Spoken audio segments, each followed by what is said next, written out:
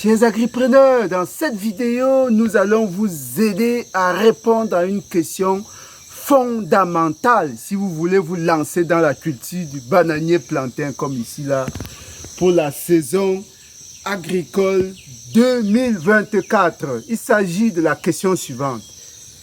Est-ce que vous allez utiliser des rejets ordinaires comme ceux-ci, n'est-ce pas, qu'on peut enlever à l'aide d'un plantoir, n'est-ce pas? Est-ce que vous allez utiliser un rejet ordinaire comme celui-ci ou alors un pif, ça c'est ce qu'on appelle pif, plan issu de fragments de tige? Quels sont les avantages et les inconvénients de l'un ou de l'autre? Nous allons analyser tout cela dans cette vidéo pour vous permettre de faire un choix conséquent. A tout de suite, après le générique.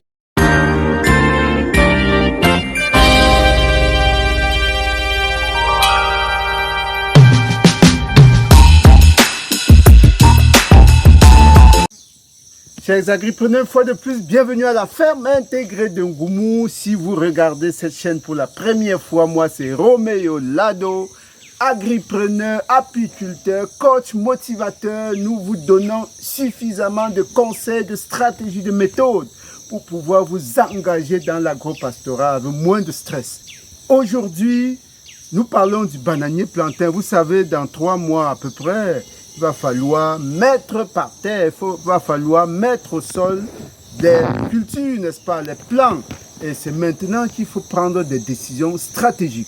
Aujourd'hui, nous allons vous permettre, n'est-ce pas, à travers l'analyse qu'on va faire, de décider si vous allez utiliser les pifs, n'est-ce pas, ou les rejets ordinaires. Allons dans notre laboratoire pour faire l'analyse tout de suite.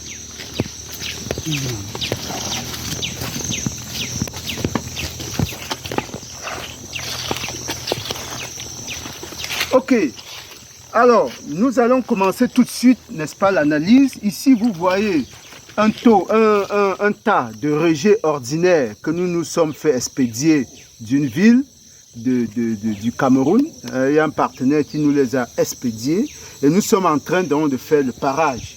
Ça, c'est des rejets ordinaires, c'est-à-dire c'est des rejets comme ceux-ci là qu'on a juste, n'est-ce pas, taillés et on a mis dans des sacs comme ça pour nous expédier. Alors, quels sont donc les avantages? On commence d'abord par les rejets ordinaires avant d'embrayer sur les pifs. Quels sont les avantages, n'est-ce pas, des rejets ordinaires? Premier avantage, c'est la grosseur du bulbe. Vous voyez, en général, les rejets ordinaires ont un gros bulbe. Le bulbe constitue, n'est-ce pas, contient une bonne réserve d'eau. Ça, c'est très intéressant. Ça veut dire qu'il peut supporter beaucoup de stress climatique. C'est-à-dire, vous pouvez le mettre en saison sèche ou en saison de pluie, etc. Il est capable, n'est-ce pas, de résister aux intempéries, n'est-ce pas, aux différents stress climatiques. Ça, c'est le gros avantage que vous avez par rapport, n'est-ce pas, à ce type de rejet-là. Ça, c'est le premier avantage. Le second avantage, c'est au niveau, justement, du transport. Quand vous voulez commander, par exemple, 150 rejets, les 150 rejets, on vous les met très simplement dans ce sac, ce gros sac-là. Ça peut contenir jusqu'à 150 rejets moyens. Vous voyez, donc en termes de transport, c'est quand même gérable.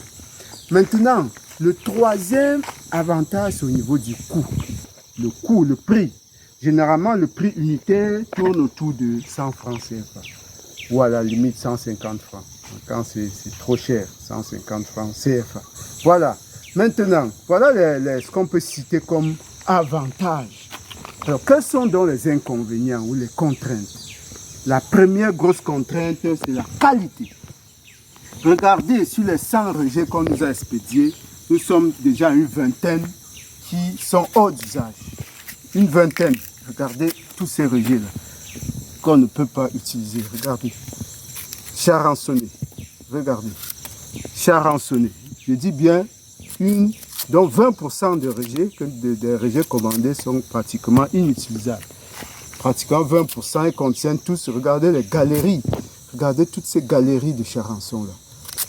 Vous voyez, c'est inutilisable, absolument. Vous ne pouvez même pas traiter ça. Parce que quand c'est souvent grave, on peut faire un traitement. Là, vous pouvez, ça, c'est inutilisable. Donc voilà le gros problème de ces rejets, c'est la qualité. si vous voulez vous approvisionner, cherchez, n'est-ce pas, vous approvisionner dans un lieu où la qualité est quand même acceptable. Alors, le deuxième inconvénient, c'est au niveau de la quantité. Si vous voulez mettre en place 5 hectares de bananiers plantains, à raison, n'est-ce pas, de 2000 plants à l'hectare, ça vous fait 10 000 plants. Où est-ce que vous allez pouvoir collecter 10 000 rejets de bananiers plantains? C'est ça la difficulté avec ce type de rejet. Voilà. Donc, nous venons de vous présenter les avantages, 3 avantages et 2 inconvénients pour les rejets ordinaires. Alors, nous embrayons maintenant sur les pifs, n'est-ce pas? Les pifs ont, qu'on appelle, n'est-ce pas, plan issu de fragments de tige. C'est la multiplication végétative qui permet d'obtenir ça, n'est-ce pas? C'est-à-dire qu'on part d'un rejet ordinaire comme celui-ci, on travaille dessus, vous allez voir dans plusieurs de nos vidéos, on travaille dessus et puis après, on produit une dizaine, une vingtaine à partir du seul rejet que j'ai en main. Donc, l'avantage, c'est qu'il est sain, il n'a pas ce problème de charançon comme dans les vanilles, comme dans le premier type de rejet. Il est sain, il n'a pas de problème de charançon, premier avantage. Deuxième avantage, c'est que, effectivement, au niveau de la récolte, c'est quand même un peu planifié. Quand vous mettez tout ça au même moment, les récoltes vont également être échelonnées. C'est-à-dire, vous pouvez programmer que vous allez récolter une centaine de régimes en fonction, n'est-ce pas, de la fréquence, de la programmation que vous avez faite dans le semis de vos pifs. Donc, il y a une homogénéité dans les récoltes. Ça, c'est le deuxième avantage. Au niveau du troisième avantage, nous allons donc évoquer l'aspect quantitatif. Ça, c'est le meilleur, le plus gros, l'un des plus gros avantages. Avec, n'est-ce pas, 1000 rejets, avec 1500 rejets maximum, vous êtes capable de produire 10 000 rejets de pif sous cette forme. Ça vous permet de résoudre le problème de quantité qu'on évoquait tout à l'heure. Donc voilà un peu résumé les avantages, n'est-ce pas, du pif. Maintenant, les contraintes du pif, c'est quoi? C'est qu'au niveau du transport, n'est-ce pas? Vous ne pouvez pas mettre ces pifs dans un sac, n'est-ce pas? Ils vont être détruits. Il faut forcément un véhicule dans lequel vous allez, n'est-ce pas, classer de manière ordonnée pour pouvoir les amener. Donc, le coût de transport peut être un peu, se révéler être une véritable contrainte. Le prix aussi, n'est-ce pas? La qualité aussi a un prix, hein? Le prix, c'est quand même au moins 200 francs CFA. Ou alors, si vous achetez des grosses quantités, vous pouvez avoir 150, 175 francs CFA. C'est quand même un peu plus légèrement, un peu plus cher que les rejets ordinaires, mais la qualité y est. La qualité y est. Une autre contrainte, c'est que vous ne pouvez pas le mettre quand il ne pleut pas. Si vous le mettez quand il ne pleut pas encore, il va mourir, il va sécher. Parce que le bulbe a une très faible réserve en eau. Il a besoin d'être mis en saison des pluies pour vraiment exploser en grandeur, pour aller très très très vite. Voilà, donc le mai justement juste après les premières pluies et puis il prend de l'envol après. Ça, c'est une variété qui après un an vous produit déjà, n'est-ce pas, de merveilleux régimes. Voilà présenter justement les avantages et les contraintes des pifs. Maintenant, c'est à vous de choisir 2 clés pour choisir. 2 clés, nous vous aidons avec 2 clés. Première clé, c'est la grosseur du projet, l'ampleur du projet. D'accord? Si vous avez un projet de petite ampleur, n'est-ce pas? Vous avez peut-être 1000 mètres carrés à mettre sur pied. 1000 mètres carrés, c'est 100 rejets, 150 rejets par là. Vous pouvez demander, vous pouvez chercher des rejets ordinaires. Si les espaces sont petits, quoi. Vous cherchez des rejets ordinaires, vous dépouillez, vous faites un traitement. Nous avons une vidéo, n'est-ce pas, dans laquelle nous montrons comment faire le traitement de rejets. On peut vous la mettre en description. Maintenant, quand il s'agit des grands espaces, au-delà d'1 hectare, où vous avez besoin de 1500, 2000 rejets, 3000 rejets, 5000 rejets, là, pour vous éviter des maux de tête, vraiment, cherchez à faire la multiplication végétative.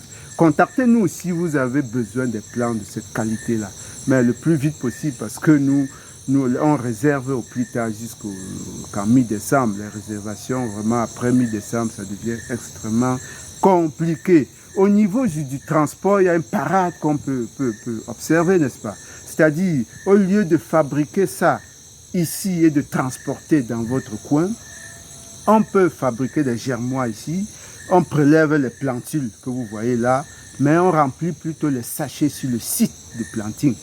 Et c'est là-bas où on va aller piquer dans les sachets.